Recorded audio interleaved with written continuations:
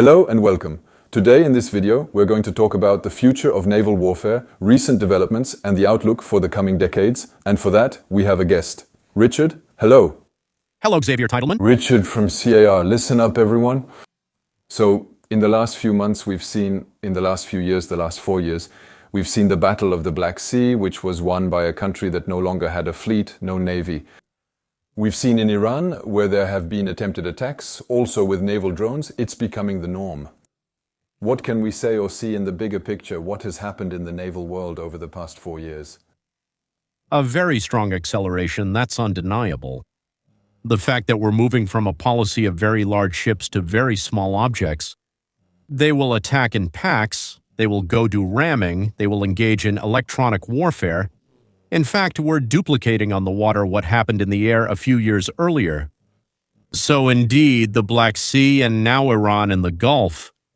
This is now showing that surface drones, the small objects at least, so the small objects in our world are 6, 8, 10 meters, are becoming incredibly significant. And I think that's going to accelerate. We've already seen tankers being hit by kamikaze drones, not even at sea. Back then, the USS Cole incident wasn't even a drone, by the way. That attack on an American ship docked at port caused some really significant damage. We weren't ready in the 90s. Are we a bit more prepared now? Actually, in the 90s, it already existed. They were already using some kinds of scooters as well to go and detonate a charge. So that was in the 80s and even the 90s. So today we're simply in a new generation because electronics have made huge progress. Now you can determine your position for just a few €100. And today that's what drones need. When there's electronic warfare that jams all the signals, they have to keep navigating autonomously. That's something we couldn't do in the 90s. So there's been an acceleration in technology, especially thanks to electronics.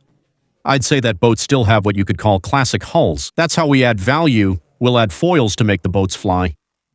That's the big evolution with sea air. It's a boat on foils. It's a bit like what we've seen in offshore racing for years. Yes, that's right. You're an aviator. We mix air and water just more modestly. So the idea is to have an appendage, an underwater wing. We've all done this since we were kids, ladies and gentlemen. When you're in the car and you put your hand out the window, you're foiling. That is, if your car isn't going fast enough, your arm drops. Once you gain speed and lift, you move your hand like an airplane wing. We do this underwater. We use an underwater wing that continually lifts the boat. And does that allow you to go faster? Faster, farther, stabler, more stealthy. All right, easy to remember. Okay, wait, go ahead. We're going to go 30% faster than the identical boat in the same sea conditions. With the same fuel consumption, or are we using more? No, so that's the furthest. Yeah, as for range, we'll say between 30 and 50% with today's version. Okay, tomorrow it'll be more like 50 to 70%. Maybe we'll talk about it again later.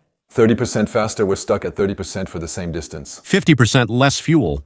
So when you say 50% savings, it means you double the force's operational range. All right. So here you have an operational advantage that's incredible.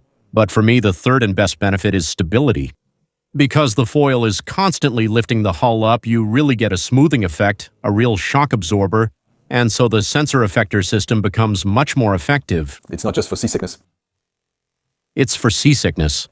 You should know that the remote operators, when they're in the shelters on land remotely operating the drones, the guys get seasick because they're following the drone like this with its camera. When we see the Ukrainian footage, we see the drones that jerk around, exactly. And the stability is just incredible.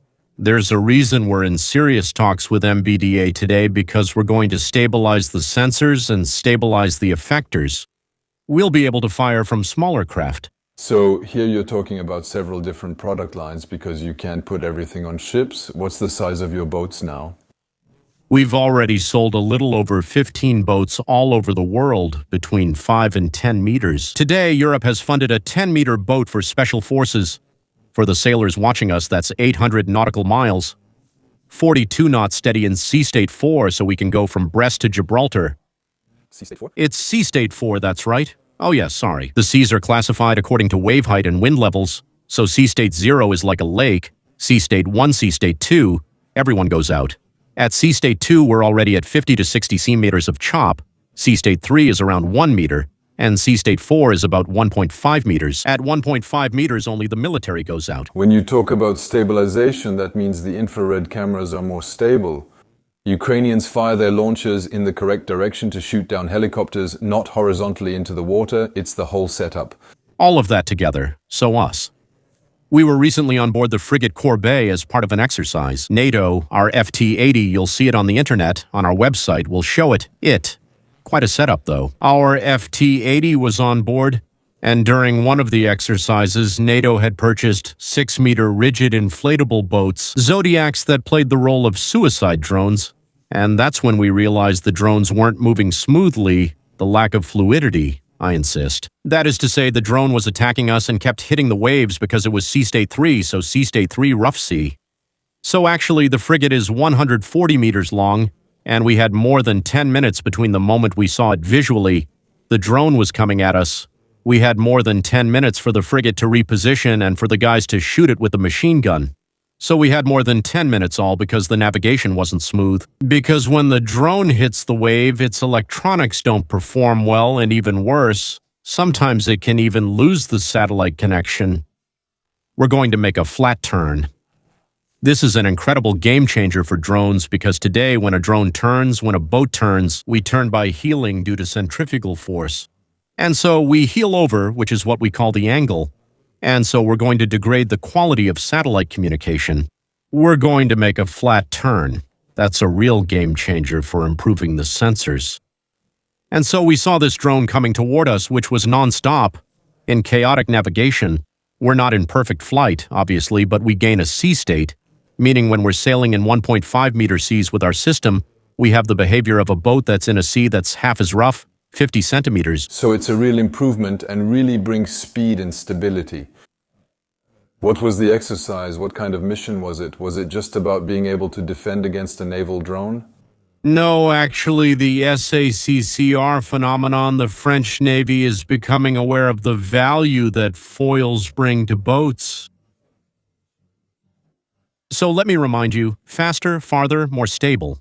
And so they brought us on board for a first NATO mission. It was Thales who called us, who wanted to test their new latest generation Sonar flash, which is a relatively compact device for pinging submarines.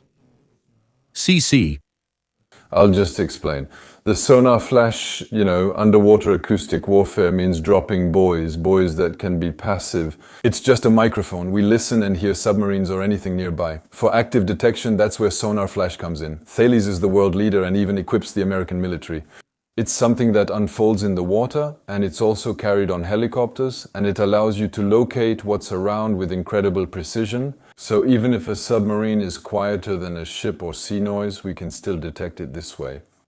And so Thales said, maybe we'll use this on a more stable system. And so on, yes. That's it, actually. Because today you should know that they're deployed by helicopters, so they'll ping them by triangulation to determine where the threat is. And so the operating cost of an NH-90 or any helicopter is relatively high. Now that we're able to go faster and farther in slightly rougher seas, but at a much lower cost. So we're going to restore both operational and financial value, actually. And so the exercise we were involved in called REPMUS, which took place last September in Portugal. So we were on board the frigate and we were going to ping the submarines pretty quickly. And it went so well that NATO, MARCOM, the maritime service of NATO, called Thales back. And now the ship is still moored since it just finished our second NATO exercise, which was called Dynamic Manta. And so this time it was about being on board. We were the only surface drone on board in a real war exercise, where this time there were 6 submarines and 14 major ships. Wait, there's something I don't get. Your platform uses standard sensors, it does anti-submarine warfare. It's a ship. Normally you need a 150-meter ship to handle 2 missions like that simultaneously. No, actually, so Sierra stands out today from its competitors by... Well, that's what our defense advisor told us, Richard. You absolutely have to focus on this. There are 2 essential parameters. Interoperability. Today we are data-centric. That means we have an onboard computer that manages our electronics and our flight control laws. We have flight control laws to control the foils. The foils are retractable, so military personnel don't need to do anything upon arrival.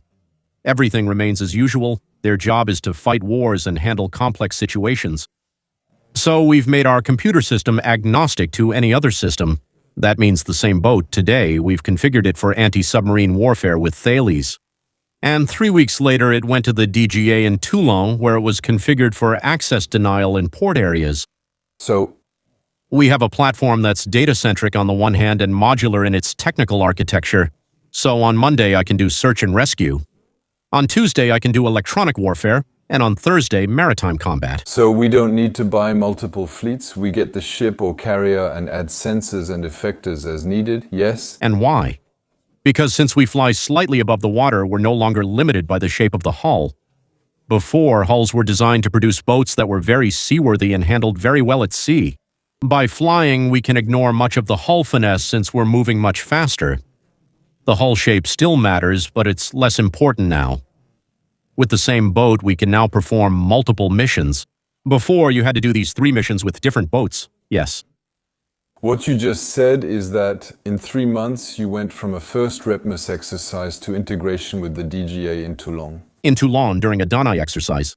So Danae, what was the official theme? Armed drone. Armed drone. France is finally thinking about protecting itself, not in a lethal way, but at least by denying access. So we set up our drone with a next-generation radar from our partner Diades Marine. He'll probably be against me mentioning him. The drone side of things, including the current command station, was handled by the company Agir, which is another French gem. So we really put together a fully French team. And that was part of the Danae exercise organized by the DGA. It was about denying access. So, with our equipment, overall, there were 7 competitors. We had a frigate at 10 nautical miles, and at the same time, we had a kayak that was 100 meters away, and all of that with systems that were loudspeakers, laser dazzlers. And MBDA is in our consortium so that tomorrow we can carry MTOs on board, which are remotely operated munitions, small aerial drones with charges. Based on the example set by the Ukrainians attacking Crimea from their ships, etc. The Ukrainians also shoot down aircraft and helicopters. Is that something you're considering too? Yes, I'm not allowed to talk about it, but you should come see us at Naval. There will be a great demo. I can still tell you that the drone will be remotely operated from Paris. Ours will be in Lorient, and there will be things on it. Naval is the aeronautics exhibition that takes place every 2 years at the end of the year. Yes, Naval in November, if I'm not mistaken. Okay, so there are 2 consecutive exercises that you are involved in. They keep working with you, integrating you. Yes, absolutely. 3, actually. A REPMUS exercise in September, a DGA exercise in January, and a 3rd exercise, Dynamic Manta, which ended 2 years ago. It's late February, and we're filming this at the start of March. In March, yes. We're a small company, an old startup that's been around for 10 years. We're scaling up, so we're raising funds, and I'm in the investment phase. We're in a scaling up phase, and for us as a small company of 15 people, it's just incredible to finally get access to a warship, to be able to get on board, to really feel what the real job of the operators is. Why? On board? You don't fly your drone from the ground? The French Navy wanted to test the operability of our drones on board a frigate. And so, for us, that's incredible. Out of the water, so you'll see it in the footage, I hope.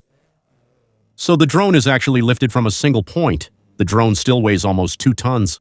It's lifted, it's hoisted by the crane, it's placed on the davit, and then it's redeployed. And so the captain had given us a minimal amount of time to validate the operation. We don't know how much time he had given us, but what he told us is that we were well below the time that was allocated to us. So the French Navy validated the CR drone for use on a frigate. So that means that today, the French Navy is interested in your foil system and understands that it is relevant and effective. They involve you in exercises so that you can build your skills with a different sensor. Does that mean it leads to something concrete?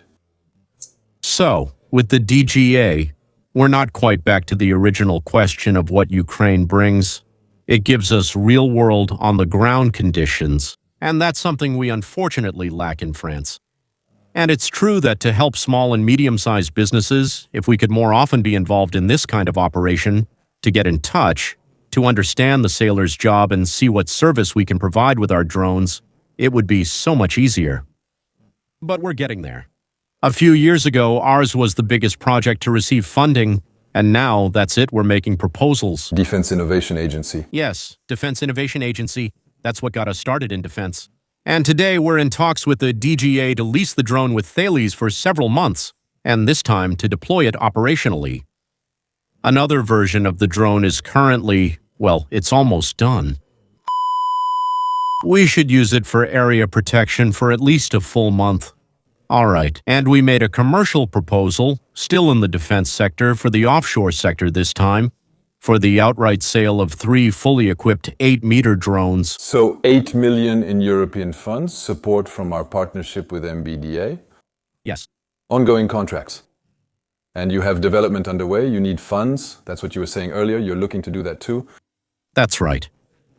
So actually, we've shifted from engineering flying boats to selling platforms. We sell boats. 4, 8, 12, 20 meters. Okay. 4 meters, it's a small object that's low cost, something we can afford to lose. Which is made to go into contested areas, into enemy zones, either for a mission where it doesn't come back or for electronic warfare with drones. 4 meters. So we developed it with our own funds. I just revealed it. I showed it to the minister when I met him in Toulon a month ago. There it is now? The minister now, sorry. The 8-meter one, I also developed it with my own funds. That's the one I've talked about a lot until now. And then, incredibly, Sierre is the largest SME funded by the European Defense Agency. At the beginning of the war in Ukraine, our defense advisor specified a 12-meter drone, and this time we're dealing with something valuable. A 12-meter drone designed for highly specialized missions, intended for rapid entry into Russian waters from the Baltic. And Europe is fully funding us with 8 million to design, manufacture, and test it at sea. And in 2028, the drone should be certified. Yes, so 2 years. So in 2 years, we've already been working on it for a year, and Europe also funded us for a 20-meter one, the one I mentioned earlier. The 800 nautical miles, 42 knots sustained in R4, not peak speeds, sustained knots. So there you go, Europe is funding us almost 10 million in total. And so yes, Sierre is in the fundraising phase to produce the 4-meter one. The goal is to go test it in the Black Sea, indeed. We're moving from the 8-meter model to the 9-meter model by adding a meter, because carrying it aboard a frigate requires that extra length. So if there's space, we might as well take advantage of it. Exactly, so we're going to add another meter to it to load even more equipment. And with our friends from MBDA, we hope to load some items that I hope will be tested next year. The 12-meter and 20-meter ones are funded by Europe, but we're missing about 1 million. So right now, we're looking for 4 millions. So you have a platform, I suppose we can put a link for that? Yes, absolutely. The first stage of our fundraising rocket is the SUVTech platform, technological sovereignty.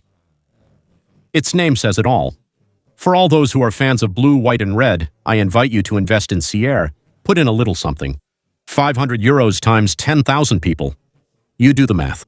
We're looking for 4 million today, so the subscription period will open very soon. So the idea is that every French person who's interested in a civic, somewhat patriotic approach, and who wants to help a small company, a small business, to move faster and try to play in the big leagues. For those focused on making money, you're buying a share in a company with strong potential.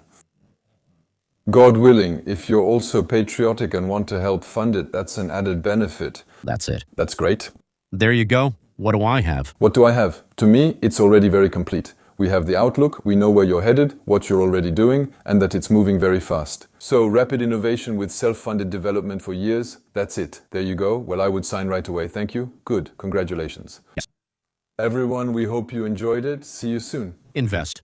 Invest. We'll put all the links, of course, in the comments. There you go. Thank you. Thank you.